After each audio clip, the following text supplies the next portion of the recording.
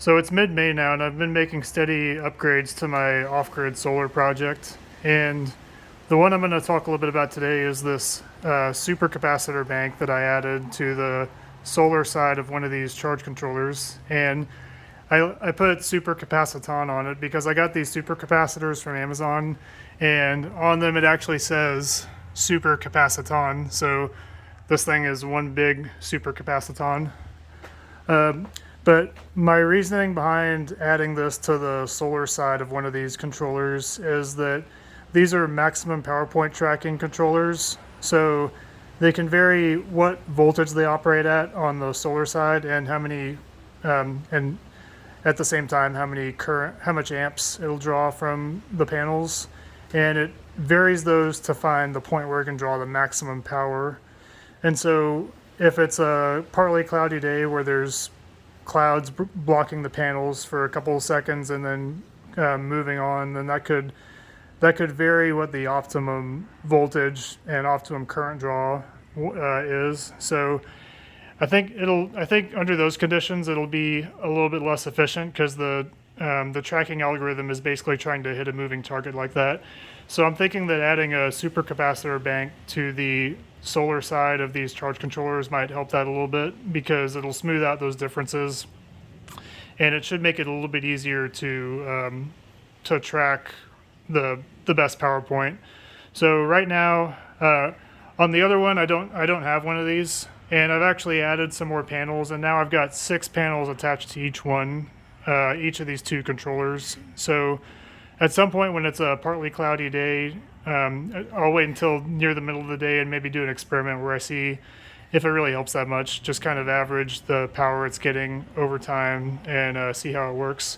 But so these supercapacitors I got from Amazon, they're nominally 500 farads, and I did a test where I actually measured the capacitance, and they tested a lot lower than they say they're supposed to be.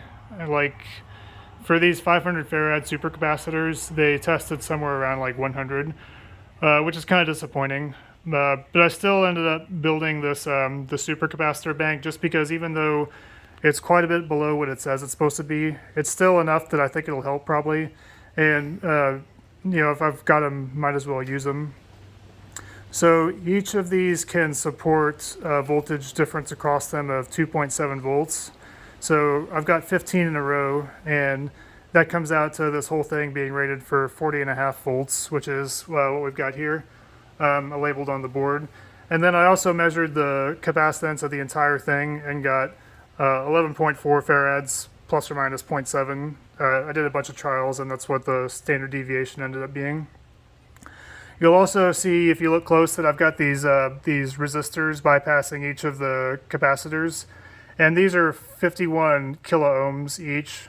So that ends up creating it creates a current that goes from the top to the bottom, but it's really small amount. Like when this thing is charged up to about near its top rated voltage of about 40 volts, it ends up only being about 1 milliwatt or so that goes from the top to the bottom, which is pretty negligible, but the intent of that is just to make sure that over the course of days, weeks, months, whatever, we don't get charge build up somehow on any of these without a way of getting off. So that's the intent of those. So one way that could possibly happen is with this thing. So I'm running this, I haven't set it up yet, but I'm running this green wire off to something over in the corner there that I'm going to set up, where I want to use this green wire to drive the gate of a MOSFET.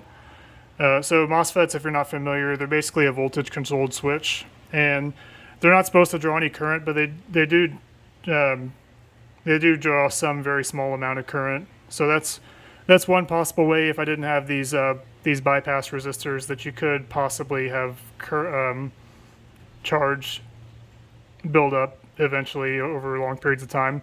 So these 51 kiloohm resistors should prevent that without really costing a amount of energy that's going to make any difference really.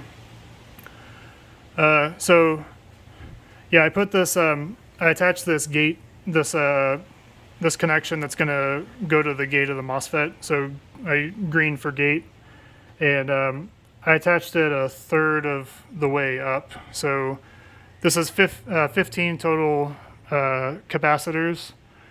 And so whatever the voltage difference is, this should be 1/3 of that. So when this is when this is charged all the way up to about 40 volts, that'd be about 13 or 14 volts or something like that.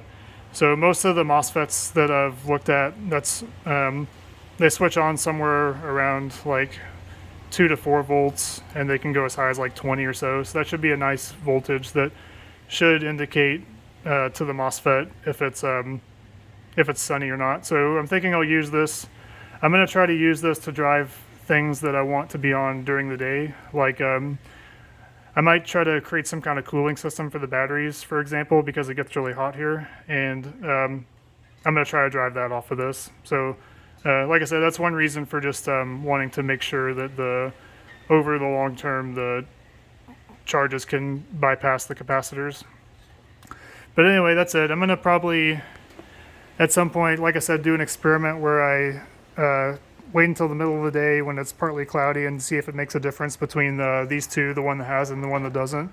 And then eventually I might make another one for the other controller and maybe make it at a higher quality supercapacitors, and I think maybe incorporate some supercapacitors in some other places too. Like on the battery side, maybe to smooth out sudden demands in current and things like that. Yeah, and at some point I might make a video on how I tested these things, because it's kind of cool. I came up with a pretty cool little system for testing it. I'm actually becoming somewhat of a connoisseur of supercapacitors, so maybe I'll do a video that focuses on that later. But yeah, that's it for now. Thanks for watching.